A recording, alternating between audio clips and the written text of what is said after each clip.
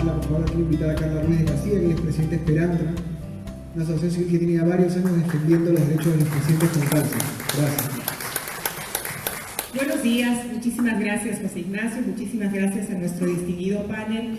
Yo en esta oportunidad tengo una muy gran responsabilidad porque vengo con la voz de muchos pacientes que atendemos y la voz de la sociedad civil también.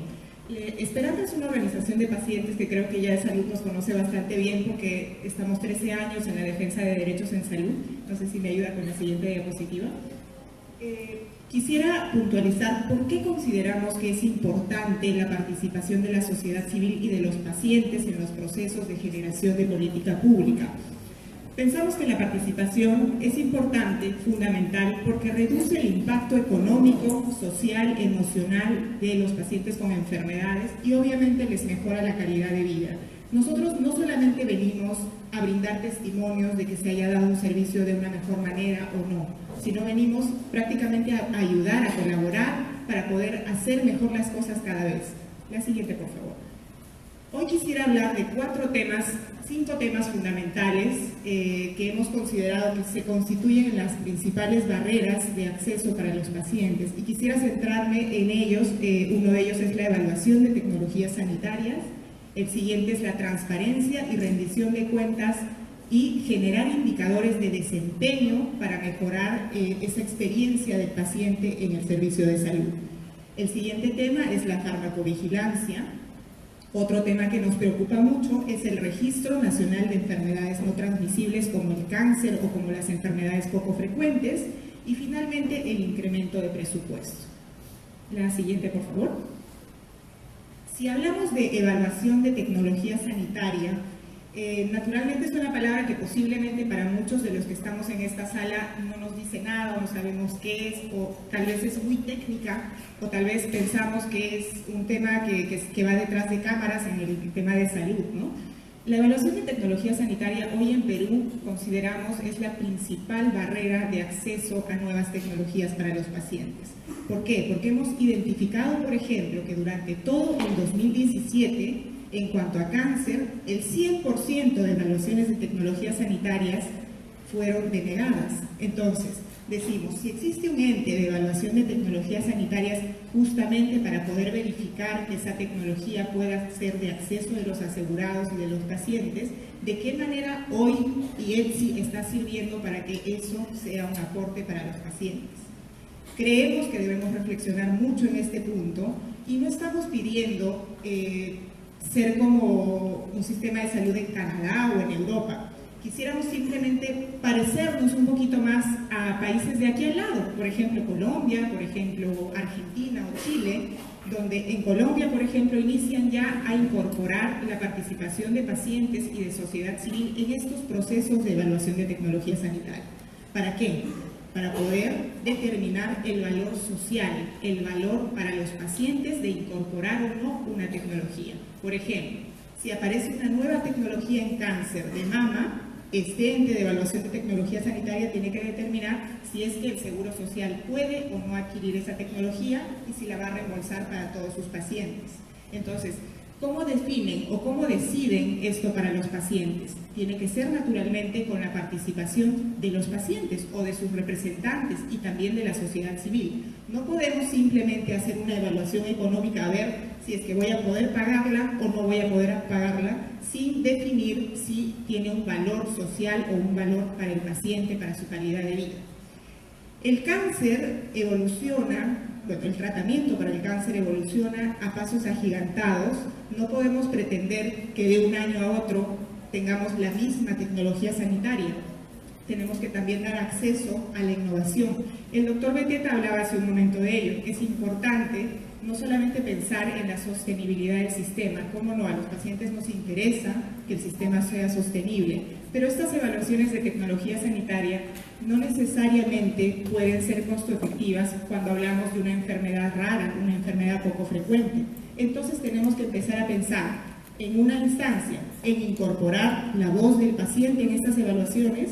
En segunda instancia, diferenciar cómo se hacen estas evaluaciones de tecnología sanitaria. No vamos a poder evaluar una tecnología de un producto químico, de igual manera que un producto biológico o un producto de alto costo, o de un producto destinado a pacientes que son muy poquitos, como son las enfermedades raras. Entonces tenemos que empezar a quitar de nuestro pensar el solamente pensar en costo-efectividad. Tenemos que pensar en incorporar principalmente cómo le sirve esta tecnología sanitaria o esta evaluación al paciente, cómo ayudo a que el paciente acceda con ello a tecnología y cómo ayudo a que mi sistema vaya incorporando cada vez más tecnología innovadora.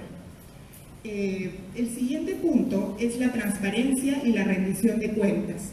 Creemos sumamente importante para que salud y para que el sistema de salud de Perú básicamente pueda servir a los pacientes y hacernos sentir como que tenemos voz y voto en este sistema, tener transparencia en lo que hacemos, hacer la rendición de cuentas, tener estas reuniones de diálogo para que nos expliquen cuáles son esos avances en mediano plazo, en largo plazo, qué hemos hecho diferente o mejor desde el año pasado, qué pensamos hacer para brindar más acceso a los pacientes. Y con acceso estoy hablando también de acceso a diagnóstico y por supuesto acceso a tratamientos de calidad y tratamientos continuos y oportunos. ¿Cómo tenemos indicadores de desempeño para mejorar esa experiencia del paciente en nuestro sistema de salud? Por supuesto que necesitamos darlo a conocer. Entonces, ¿de qué manera estamos avanzando en ese sentido? Eso sería súper fundamental.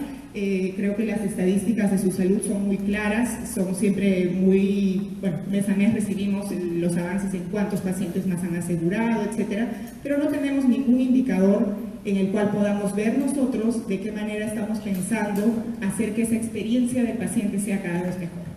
La siguiente, por favor. Un tema fundamental es la farmacovigilancia.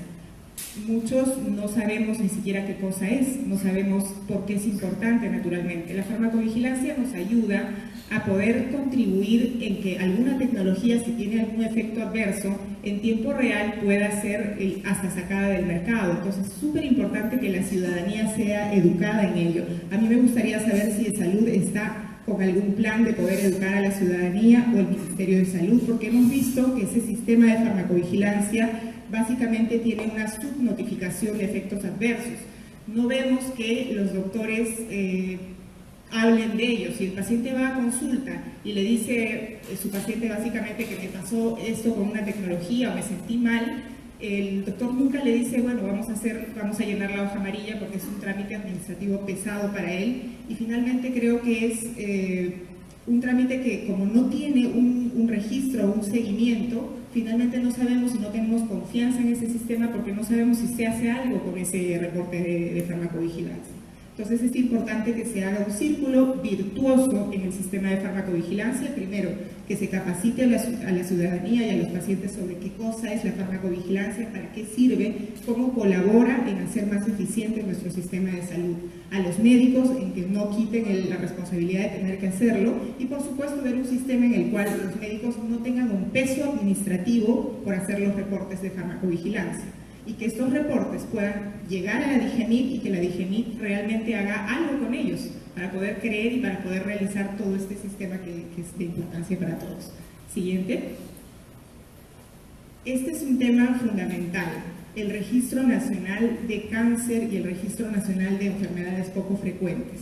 ¿Cómo podemos hablar de eficiencia en el gasto? ¿Cómo podemos hablar de previsión? ¿Cómo podemos saber cuántos pacientes vamos a hacer, a cuántos vamos a atender? ¿Cómo va a mejorar la tecnología? ¿Qué cosa vamos a incorporar de año al otro si no tenemos datos, si no tenemos transparencia en esos datos que brindamos? Necesitamos con urgencia, doctora Falcón, el Registro Nacional de Cáncer de Salud. Hace unos años teníamos un registro que era transparente, que podía ser brindado a la ciudadanía. Desde la doctora Bafigo fue quitado, pienso, por un tema de contención de gasto básicamente, pero no podemos de ninguna forma quitar las estadísticas, quitar los datos, porque esos datos son los que nos van a permitir definitivamente generar eficiencia en el sistema. No tenemos dónde ver. El último registro de Lima Metropolitana de Cáncer es del 2012, donde se suma todo lo que se atendió en cáncer, tanto en MINSA como en Salud y en otros sistemas. pero esto tiene que ser anual y tiene que ser también por institución. Entonces es necesario verificar que los datos estén y que sean disponibles y que sean homologables entre los subsistemas de salud. Sabemos que el 30% de la población peruana se atiende en salud y es un número muy importante, entonces necesitamos sumar ese esfuerzo con el otro 50% que atiende el CIS, que esperamos llegue al 60% para llegar a una cobertura universal de todos los peruanos y acceso finalmente a sistemas de salud. El incremento del presupuesto. Yo estoy aquí para básicamente dialogar también con nuestras autoridades y decirles que los pacientes ya no venimos solamente con testimonios, ya no venimos con eso, ahora investigamos, y sí, como no, estudiamos y nos preparamos y leemos las noticias, viajamos, nos capacitamos. Somos aliados para ustedes, aliados que fundamentalmente lo que pueden hacer es conseguir hablar con el Ministerio de Trabajo, con el Ministerio de Salud, con el Ministerio de Economía y Finanza, para poder generar esa corriente que necesite pedir más presupuesto para salud. No solamente para salud, sino para medicamentos y específicamente para las patologías catastróficas que he mencionado antes, como son el cáncer y son las enfermedades poco frecuentes, que aún no están en agenda realmente y que aún no tienen esa importancia para poder hacer que los pacientes tengan acceso a los tratamientos. Es importante que nos vean como aliados suficientemente activos, suficientemente preparados como para poder estar hombro a hombro y codo a codo para pedir a las autoridades ya fuera de salud, porque sabemos que con lo que tienen posiblemente ni siquiera alcance. Obviamente pedimos eficiencia en el gasto de lo que hay, pero estamos seguros que necesitamos mayor presupuesto y necesitamos ir a otra instancia más. Entonces estamos acá en la sociedad civil para poder hacer eco de lo que se necesita y que es evidente, que es un incremento de presupuesto. Ese es el equipo de Esperantra y básicamente lo que queremos transmitir es que estamos como aliados, queremos quitar de vuestra cabeza el tema de confrontación. No piensen en sociedad civil o no piensen en organizaciones de pacientes como que vamos a ir contra ustedes. Lo que queremos es más bien generar esta corriente de diálogo y de alianza para poder construir un sistema de salud. Yo creo que en esta sala no hay nadie que quiera un sistema de salud que no funcione, un sistema de salud que dé medicinas que no sean las adecuadas, que no sean las innovadoras. Pensemos al decidir que tal vez somos nosotros mismos los que nos vamos a atender en ese sistema de salud. Pensemos que nosotros podemos ser esos usuarios o vamos a ser esos usuarios, entonces decidamos cada cosa en función a lo que realmente necesita el paciente. No podemos continuar decidiendo en función a que el sistema simplemente gaste menos. Definitivamente lo que se necesita acá es que las decisiones incorporen la voz de los pacientes para que ustedes estén seguros también de que están haciendo las cosas bien por y para los pacientes, con los pacientes. Muchísimas gracias.